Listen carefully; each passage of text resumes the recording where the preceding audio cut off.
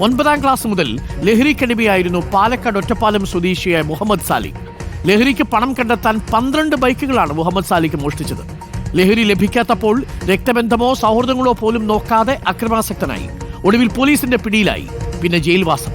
4 വർഷത്തിലധികം നീണ്ട ലഹരിയുടെ ജീവിതം ഉപേക്ഷിച്ച് ലഹരി തേടിയിറങ്ങിയ ചുറ്റിലുമുള്ളവരെ ജീവിതത്തിലേക്ക് കൊണ്ടുവരാനുള്ള ശ്രമത്തിലാണ് ഇപ്പോൾ മുഹമ്മദ് സാലിക്. റിപ്പോർട്ടർ ക്യാമ്പയിൻ തുടരുന്നു. വാർ അഗെയിൻസ്റ്റ് ഡ്രഗ്സ്. സംസ്ഥാനത്തെ ലഹരി മാഫിയ പിടിമുറുക്കിക്കഴിഞ്ഞു. യുവാക്കളിലും കുട്ടികളിലുമൊക്കെ അവരുടെ കരാളഹസ്തങ്ങൾ പതിഞ്ഞു കഴിഞ്ഞു. അതിൻ്റെ എല്ലാ അസ്വസ്ഥതകളും നമ്മുടെ സമൂഹത്തിൽ പടരുക തന്നെയാണ്. ഇതിനിടയിലാണ് ഒരു അതിജീവനത്തിൻ്റെ കഥ നമുക്ക് സമൂഹത്തോട് പറയാനുള്ളത്. പാലക്കാട് ഒറ്റപ്പാലം സ്വദേശിയായ മുഹമ്മദ് സാലിഖാണ് നമ്മോടൊപ്പം. 9ാം ക്ലാസ് മുതൽ ലഹരി പദാർത്ഥങ്ങൾ, മയക്കുമരുന്ന് ഉൾപ്പെടെയുള്ളവ ഉപയോഗിച്ച് ഏകദേശം 5 വർഷത്തോളം ഉപയോഗിച്ചു. അതിനുശേഷം അതിൽ നിന്ന് പൂർണ്ണമായ മുക്തി നേടി. എന്നാണ് ഇത് തുടങ്ങുന്നത്? എന്താണ് അതിനൊരു മോട്ടിവേഷൻ? അല്ല, ഞങ്ങൾ സുഹൃത്തുക്കൾ മുഖാന്തരം തന്നെ ഒരു തമാശ രൂപത്തിൽ എല്ലാവരും കൂടെ നോർമലി ഒരു സിഗരറ്റ് വലിയിൽ നിന്ന് തുടങ്ങിയതാണ്. പിന്നെ ഒരു സിഗരറ്റ് വലി പിന്നീട് ഒരു സിഗരറ്റിൽ ഞങ്ങൾ എല്ലാവരും കൂടെ ഇരുന്ന് വലിക്കും. പിന്നെ ഓരോന്നായിട്ട് വലിക്കാൻ തുടങ്ങി. അത് കഴിഞ്ഞ് പിന്നെ ഒരു ബീഡി കഞ്ചാവർച്ചിട്ടുള്ളൊരു ബീഡി സുഹൃത്തുക്കൾ കൊണ്ടുവന്നപ്പോൾ അതങ്ങനെ തമാശ രൂപത്തിൽ തന്നെ തുടങ്ങിയതായിരുന്നു. പിന്നെ ഏകദേശം ഒരു 4 വർഷത്തോളം ഉപയോഗിക്കാൻ നിർത്താൻ കഴിയില്ല എന്നുള്ളൊരു അവസ്ഥയിലേക്ക് എത്തിപ്പെടേണ്ട അവസ്ഥ. ഈ സിഗരറ്റിൽ തുടങ്ങി പിന്നെ അതിൻ്റെ ഒരു സ്റ്റെപ്പുകൾ എന്തായിരുന്നു, ഘട്ടങ്ങൾ എന്തായിരുന്നു? സിഗരറ്റിൽ തുടങ്ങി ഞാൻ വീട്ടിൽ ഉപയോഗിക്കുന്ന പെട്രോൾ മുതൽ മറ്റുള്ള സാധനങ്ങൾ, ആവശ്യ സാധനങ്ങൾ പോലും ഡ്രഗ്സ് എന്ന രൂപത്തിൽ ഞാൻ ഉപയോഗിച്ചിട്ടുണ്ട്. ഞാനടക്കം 12 പേര് ഉപയോഗിച്ചിട്ടുണ്ട്. ഇതെന്താ, ഏത് സമയത്താണ് ഉപയോഗിക്കുക? അതായത് പകൽ സമയങ്ങളിൽ ഉപയോഗിക്കുക? എങ്ങനെയായിരുന്നു ഇതിൻ്റെ ഉപയോഗത്തിൻ്റെ രീതികൾ? ഇതിൽ പോലീസുകാർക്ക് മദ്യപിച്ചിട്ടുണ്ടെങ്കിൽ നമുക്ക് തിരിച്ചറിയാൻ കഴിയും. പക്ഷേ ഈ MDMA പോലത്തെ രാസപദാർത്ഥം ഉപയോഗിച്ചിട്ടുണ്ടെങ്കിൽ പെട്ടെന്ന് തിരിച്ചറിയാൻ കഴിയൽ ബുദ്ധിമുട്ടാണ്. കാരണം ഈ കഞ്ചാവൊക്കെ നമ്മൾ തുടക്കത്തിൽ ഉപയോഗിക്കുന്ന ആളുകളെ മനസ്സിലാക്കാൻ കഴിയും. കണ്ണൊക്കെ ഒരു ഇളം പോലെ ചെറിയ രൂപത്തിൽ ചോത്തിട്ടുണ്ടാവും. പക്ഷെ അത് തുടർച്ചയായിട്ട് ഉപയോഗിച്ചിട്ടുണ്ടെങ്കിൽ ആ കണ്ണ് ചോത്തത് മാറിയിട്ടുണ്ടാവും. കഞ്ചാവ് ഉപയോഗിക്കുമ്പോൾ നമ്മൾ ഓവറായിട്ട് ഭക്ഷണം കഴിക്കും. അത് കഴിഞ്ഞ് ഒരു 5-6 മാസം കഴിഞ്ഞ് തുടർച്ചയായിട്ട് ഉപയോഗിച്ചിട്ടുണ്ടെങ്കിൽ നമ്മൾ ഭക്ഷണം മെല്ലെ മെല്ലെ കണ്ട് സ്റ്റോപ്പാക്കും.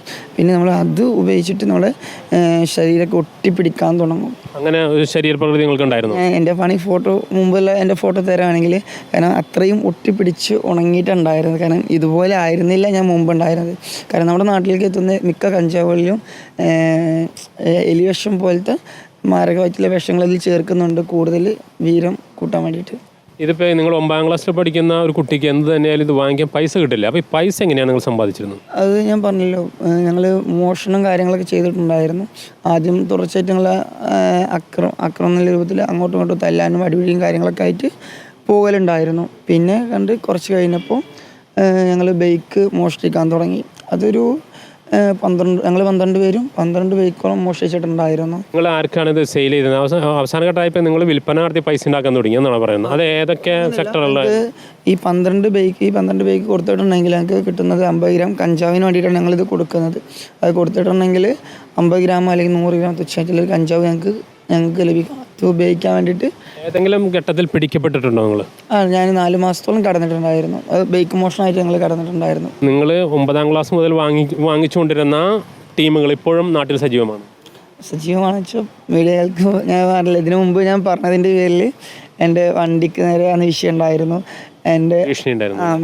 എൻ്റെ പിന്നാലെ ഞാൻ മുമ്പ് വെജിറ്റബിളിൻ്റെ സെയിലും കാര്യങ്ങളൊക്കെ ഉണ്ടായിരുന്നു.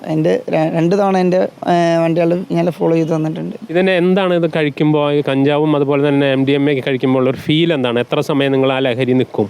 അതിൻ്റെ ഫീല് ഒന്നുകൂടെ ഓപ്പണായിട്ട് പറഞ്ഞിട്ടുണ്ടെങ്കിൽ അച്ഛനെയും അമ്മനെയും കണ്ട് തിരിച്ചറിയാൻ കഴിയില്ല. അതാണ് ഇപ്പോൾ എത്ര ഉപേക്ഷിച്ചിട്ട്, ഇതൊക്കെ പൂർണ്ണമായിട്ട് ഉപേക്ഷിച്ചിട്ട് എത്ര നാളെ? ഒരു 5-6 വർഷത്തിന് പുറത്തായി. ഇപ്പോൾ DD സെൻ്ററും കാര്യങ്ങളായിട്ട് ബന്ധപ്പെട്ട് പോകുന്നുണ്ട്. ഒരു 10-45ഓളം കുട്ടികൾ തിരിച്ചു കൊണ്ടുപോകാൻ കഴിഞ്ഞിട്ടുണ്ട്. സമൂഹത്തിന് എത്രയൊക്കെ പ്രതിസന്ധിയിലൂടെ പോകുന്ന ഒരാളാണെങ്കിൽ പോലും തിരിച്ചു കൊണ്ടുവരാൻ സമൂഹത്തിന് കഴിയുമെന്ന ഒരു ഉറച്ച വിശ്വാസമാണ് മുഹമ്മദ് സാലിഖ് പങ്കുവയ്ക്കുന്നത്. കാരണം അയാളുടെ ജീവിതം കൊണ്ടാണ് അതിന് മറുപടി നൽകുന്നത്. ഈ ഒരു സന്ദേശമാണ് ഇനി സമൂഹത്തിലേക്ക് പടരേണ്ടതെന്ന് കൂടി മുഹമ്മദ് സാലിഖ് പറഞ്ഞു വയ്ക്കുന്നത്. Reporter Jaison, reporter, Thrissur. ഇതുപോലുള്ള ഒരുപാട് മനുഷ്യരുടെ കഥകൾ നമ്മൾ കേൾക്കണം. ലഹരിക്കടിമപ്പെട്ടു പോയവരിൽ പലരും ആത്മഹത്യയിലേക്കും കൊലപാതകത്തിലേക്കുമാണ് ചെന്നെത്തുന്നത്. ഒരു തിരിച്ചുവരവ് ഏറെക്കുറെ അസാധ്യമാണ്. അപ്പോഴും രക്ഷപ്പെട്ടു വരുന്ന കുറച്ച് മനുഷ്യരെങ്കിലുമുണ്ട്. അവർ പറയും ലഹരിയുടെ വഴിയിലെ അവർ നേരിട്ട ദുരിതങ്ങൾ. ഇനി ഒരു തലമുറയും ആ ദുരിതക്കയത്തിലേക്ക് പോകാതിരിക്കാനായി സ്വീകരിക്കേണ്ട നടപടികൾ ഒരുമിച്ചിട്ട് നേർക്കാം. Reporter war against drugs campaign തുടരും.